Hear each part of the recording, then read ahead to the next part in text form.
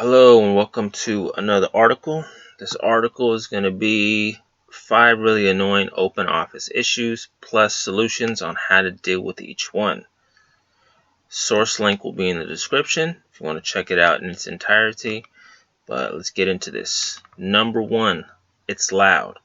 This is the most obvious problem and not one that you can do much about. Unfortunately, if Tim and Rita, 2 desks down, are having a riveting discussion on the latest marketing tools' impact on traffic, you can't very well shush them.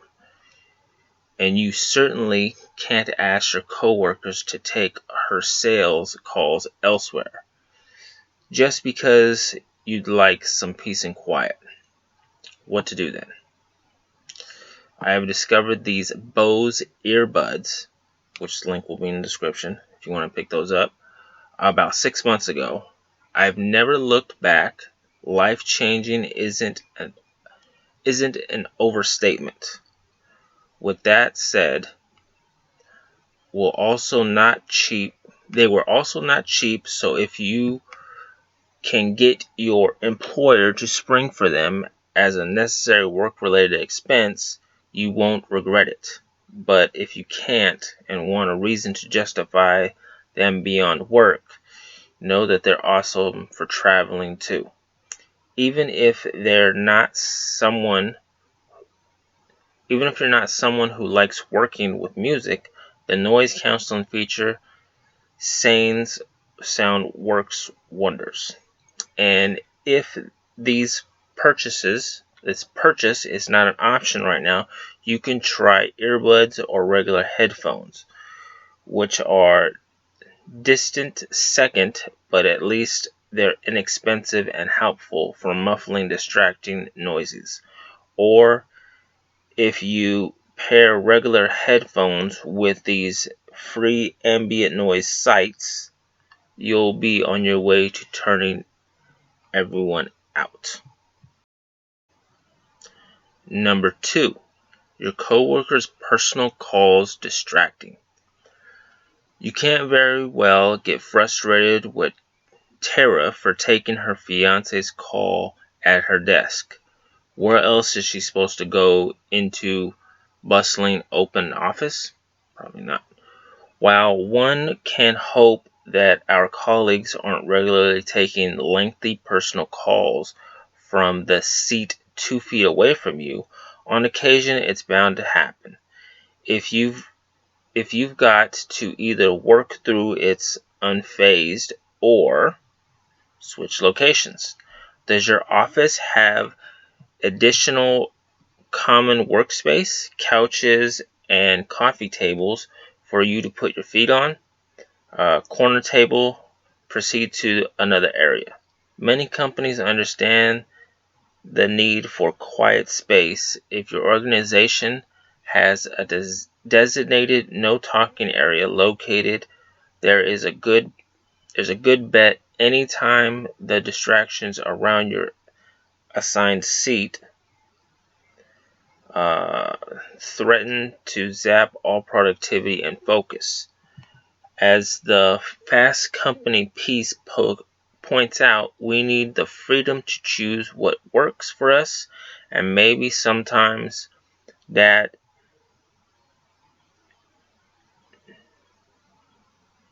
interrupted as steering clear of your too small desk.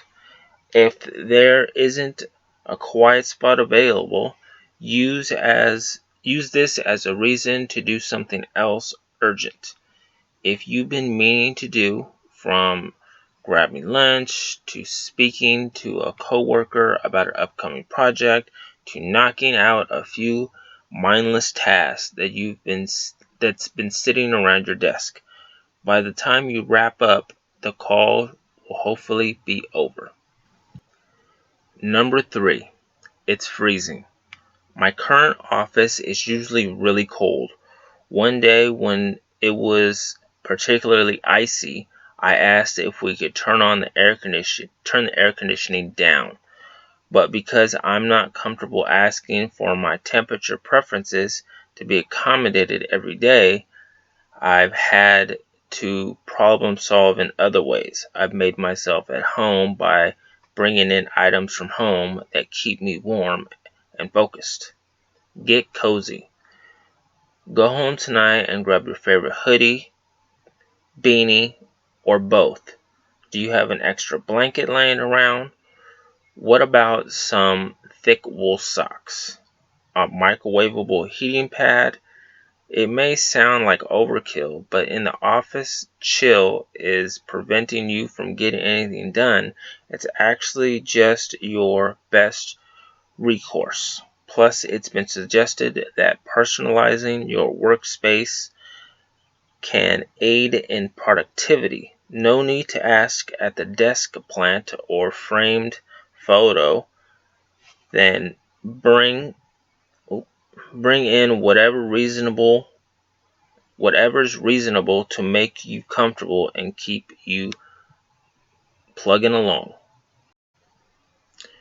Number 4, there's an unpleasant smell.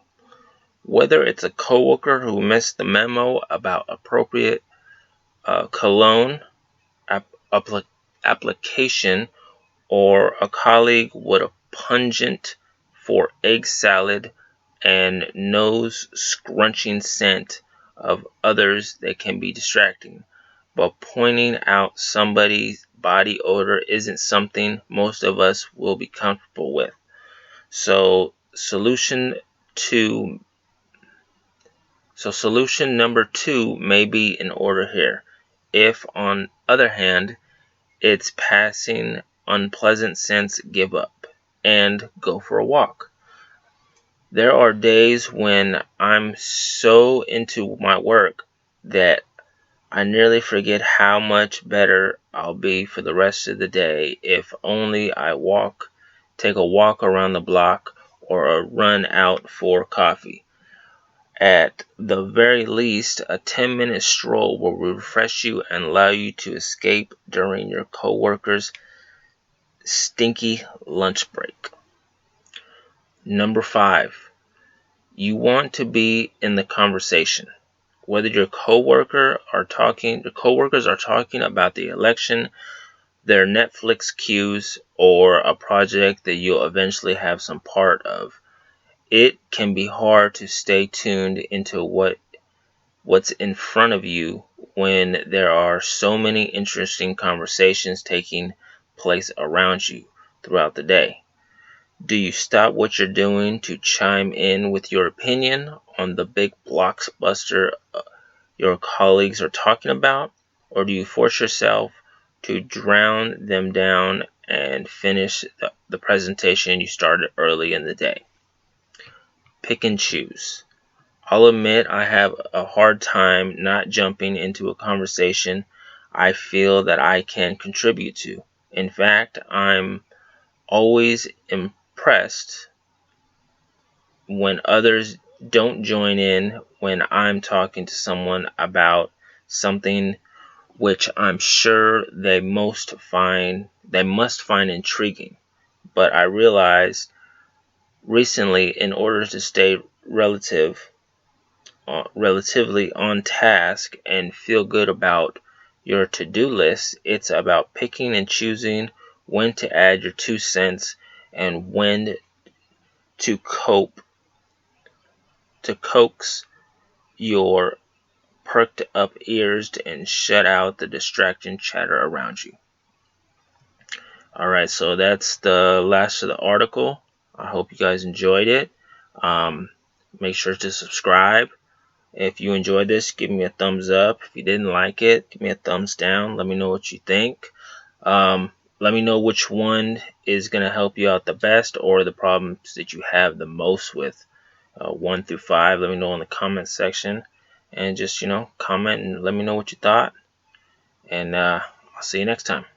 Bye.